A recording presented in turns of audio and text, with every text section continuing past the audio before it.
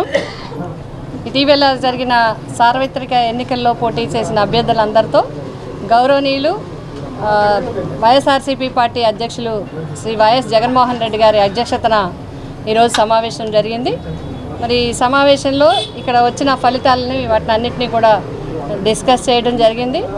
మరి ఇంచుమించుగా 15-16 రోజులు అయింది ఎన్నికల ఫలితాలు వచ్చి. ఏ విధంగా కార్యకర్తలు కింద స్థాయి నుంచి ఎట్లా ఉన్నారు, అభ్యర్థులు ఎలా ఉన్నారు, ఏంటి అనే విషయాల మీద మరి జగన్మోహన్ రెడ్డి గారు అన్ని విషయాలు అడిగి తెలుసుకోవడం జరిగింది. మా అందరితో కూడా మాట్లాడడం జరిగింది. మరి తప్పనిసరిగా కింది స్థాయిలో కార్యకర్తలందరికీ అండగా ఉండాలి. నేను ఎప్పుడూ కార్యకర్తలకు అందరికీ కూడా అండగా ఉంటాం.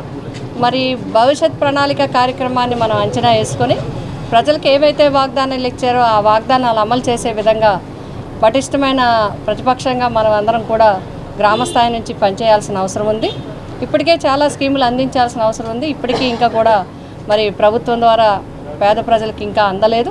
అదేవిధంగా వారు చేసిన మరి ఎజెండా ద్వారా, మేనిఫెస్టో ద్వారా చెప్పిన అంశాలను కూడా ఏ విధంగా అమలు చేస్తారనేది మనం అందరం కూడా పరిశీలించాల్సి ఉంది. దానికి ముందుగా మరి పార్టీ పరంగా ఈ యొక్క వైఎస్ఆర్సీపీ పార్టీ పరంగా మరి గ్రామ స్థాయి నుంచి బూత్ స్థాయి నుంచి కూడా కమిటీలన్నింటినీ కూడా నూతనంగా ఏర్పాటు చేసి రాష్ట్ర స్థాయి మరి జిల్లా స్థాయిల వరకు కూడా అన్నీ కూడా ఏర్పాటు చేసి రాష్ట్ర స్థాయి కమిటీని కూడా వేసి మరి అందరినీ కూడా ప్రజలకి అండగా ఉండే విధంగా సమాయత్తం చేయటం, నాయకులందరినీ కూడా క్యాడర్కి కార్యకర్తలకి వారితో అండగా ఉండే విధంగా సమన్వయం చేయటం అనేది ఈరోజు ప్రధాన అంశంగా డిస్కస్ చేయటం జరిగింది. మరి చాలామంది వారి అభిప్రాయాలను కూడా వ్యక్తం చేసి సలహాలు సూచనలు కూడా చేయటం జరిగింది. ముఖ్యమంత్రి గారు కూడా మీకు ఏదున్నా కూడా పార్టీ నేను మరి జగన్మోహన్ రెడ్డి గారి ద్వారా మాకు మరి అందరికీ కూడా ఒక సందేశం ఇవ్వడం జరిగింది. మీరు కింది స్థాయి నుంచి అందరికీ అండగా ఉండండి, నేను మీ అందరికీ కూడా అండగా ఉంటాను, మనం అందరం కలిసి ముందుకు నడవాలి, ముందుకు వెళ్ళాలి, ప్రజలకు అవసరం వచ్చినప్పుడు ప్రజలకు అందుబాటులో ఉండాలి, ముందు క్యాడర్ను మనం అంతా చూడాలని చెప్పి వారు కూడా చెప్పడం జరిగింది. కాబట్టి తప్పనిసరిగా మేమందరం కూడా ప్రజా నిర్ణయాన్ని గౌరవిస్తూ ఏం జరిగిందనే విషయాలు మరి గతంలో కూడా చెప్పడం జరిగింది.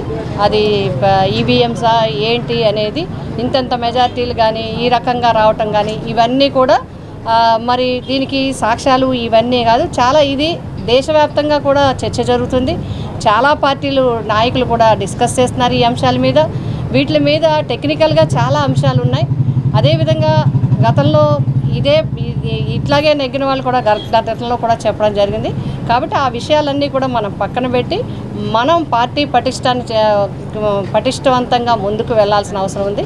ఆ విధంగా మీరు అందరూ మరి కార్యకర్తలకు అండగా ఉంటూ కమిటీలన్నింటినీ కూడా కొత్త కమిటీలను ఏర్పాటు చేసుకుంటూ మనం ముందుకు వెళ్ళాలి.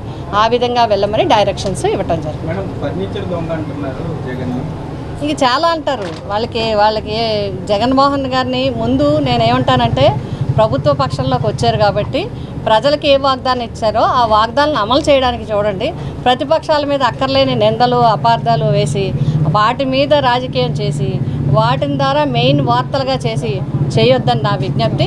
మీరు ప్రజలకు ఏమైతే ఇచ్చారో, పేద వర్గాలకు ఏమైతే ఇచ్చారో, మహిళలకు ఏమైతే ఇచ్చారో, ఎస్సీ ఎస్టీ బీసీ వర్గాలకు ఏమైతే ఇచ్చారో, విద్యార్థులకు ఏమైతే ఇచ్చారో అవన్నీ కూడా మరి జగన్మోహన్ రెడ్డి గారు ఒక డేట్ పెట్టి, క్యాలెండర్ పెట్టి ఏ విధంగా అయితే అమలు చేశారో, ఏ విధంగా అయితే పక్షపాతి ధోరణి లేకుండా ఈవెన్ పార్టీలను కూడా చూడకుండా ఏ విధంగా అయితే పథకాలు సంక్షేమ కార్యక్రమాలు అమలు చేశారో మీరు ఆ విధంగా చేసి చూపించమని నేను తెలియజేస్తాను.